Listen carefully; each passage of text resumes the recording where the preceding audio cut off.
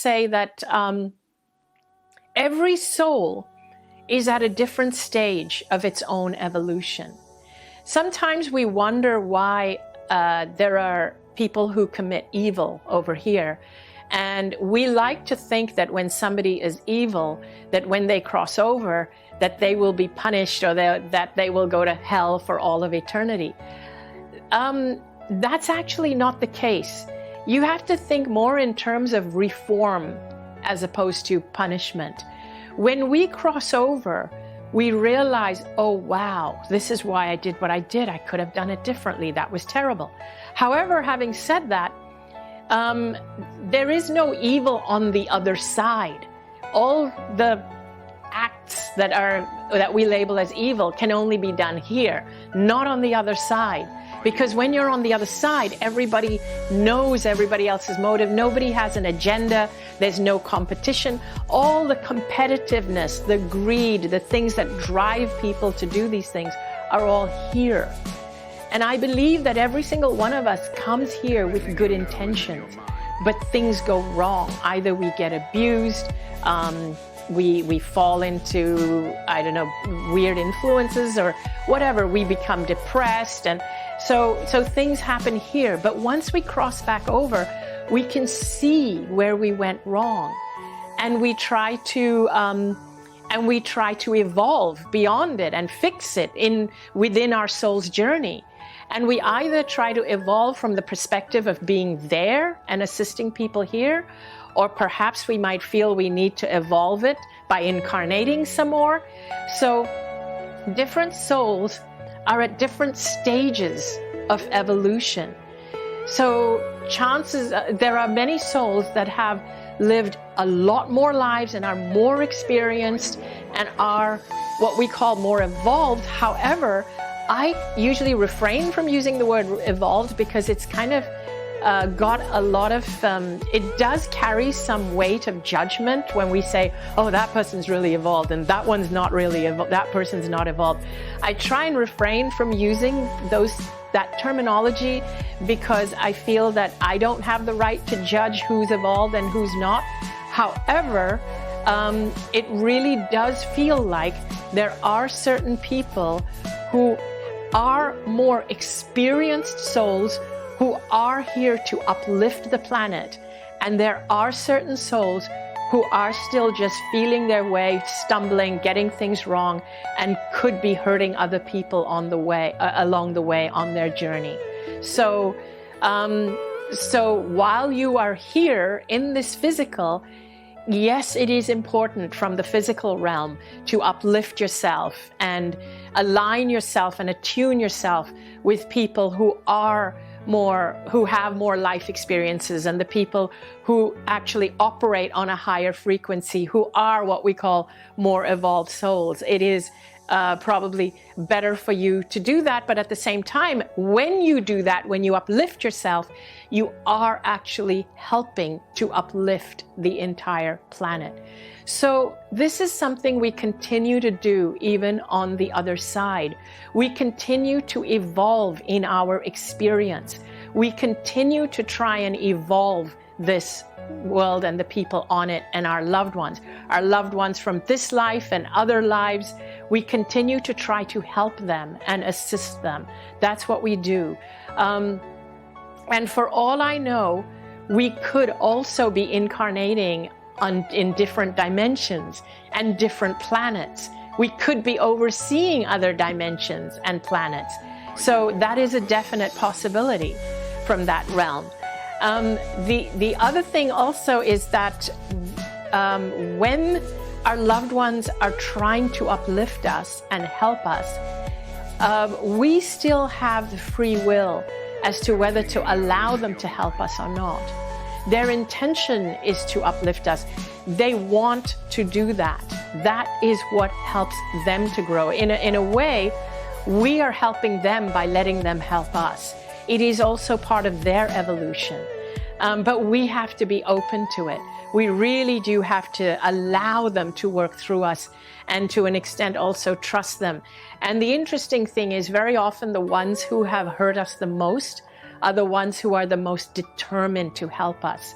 But at the same time, there are also the souls that have much more life experiences that come and help to uplift us as a planet, as a race, as a culture.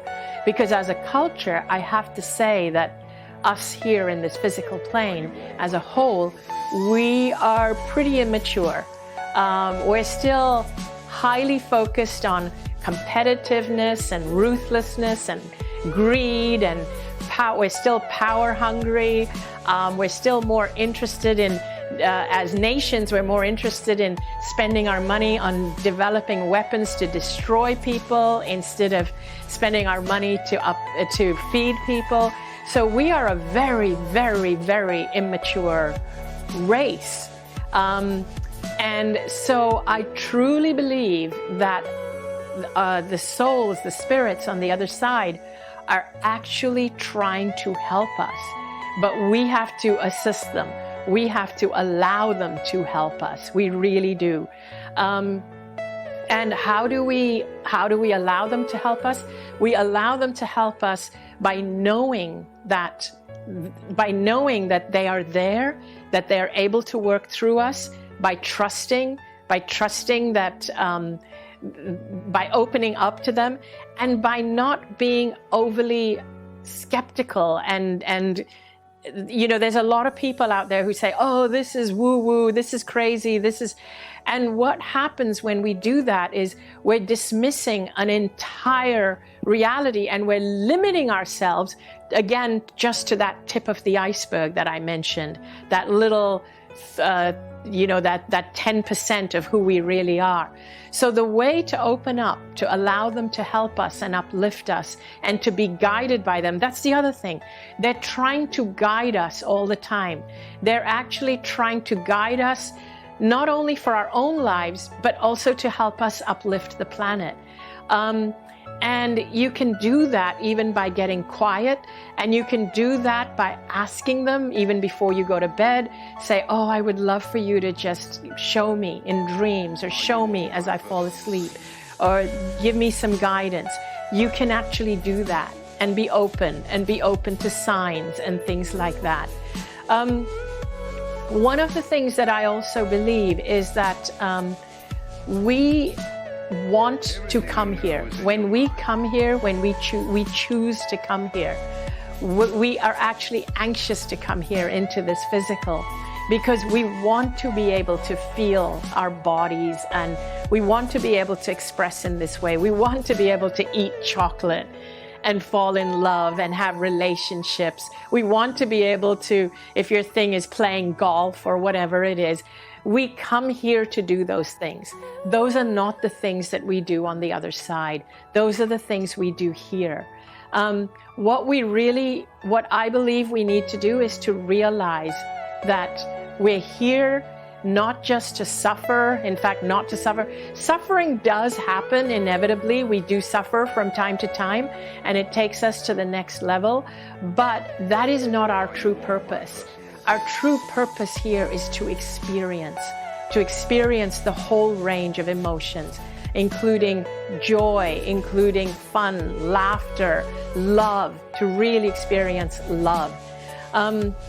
The one last thing that I really want to leave you with is that all the souls, all the spirits, all the beings on the other side, regardless of where they are on their evolution, and this is why I sometimes have trouble with the word, some are more evolved than others, it's because regardless of where they are in their evolution, they cannot harm you, and they actually love you. They love you. They really do. They love us. Their only intention is to help. There are some that have more ability to help because they have more life experiences, and some that have less ability to help. But all of them love us, and their intention is to help and to uplift and to evolve themselves. And in order to evolve themselves, we have to allow them to help us. We have a tendency to think that if a soul is less evolved, that they are harmful, that they are negative, that they are evil, that the evil souls are less evolved. That happens here. The evil takes place here when people feel trapped or backed in a corner or have been abused or traumatized or depressed, whatever, as I've said so many times before. But on the other side, there is no evil. There is only love. But yes, there are some souls that are more capable of making bigger impacts and bigger changes than others. But every soul only intends love. Even if the soul has been your abuser in physical life, once they cross over, they can see the damage they've done. And they realize that they should have done it differently. And all they want to do is to help you heal from whatever it is they caused you.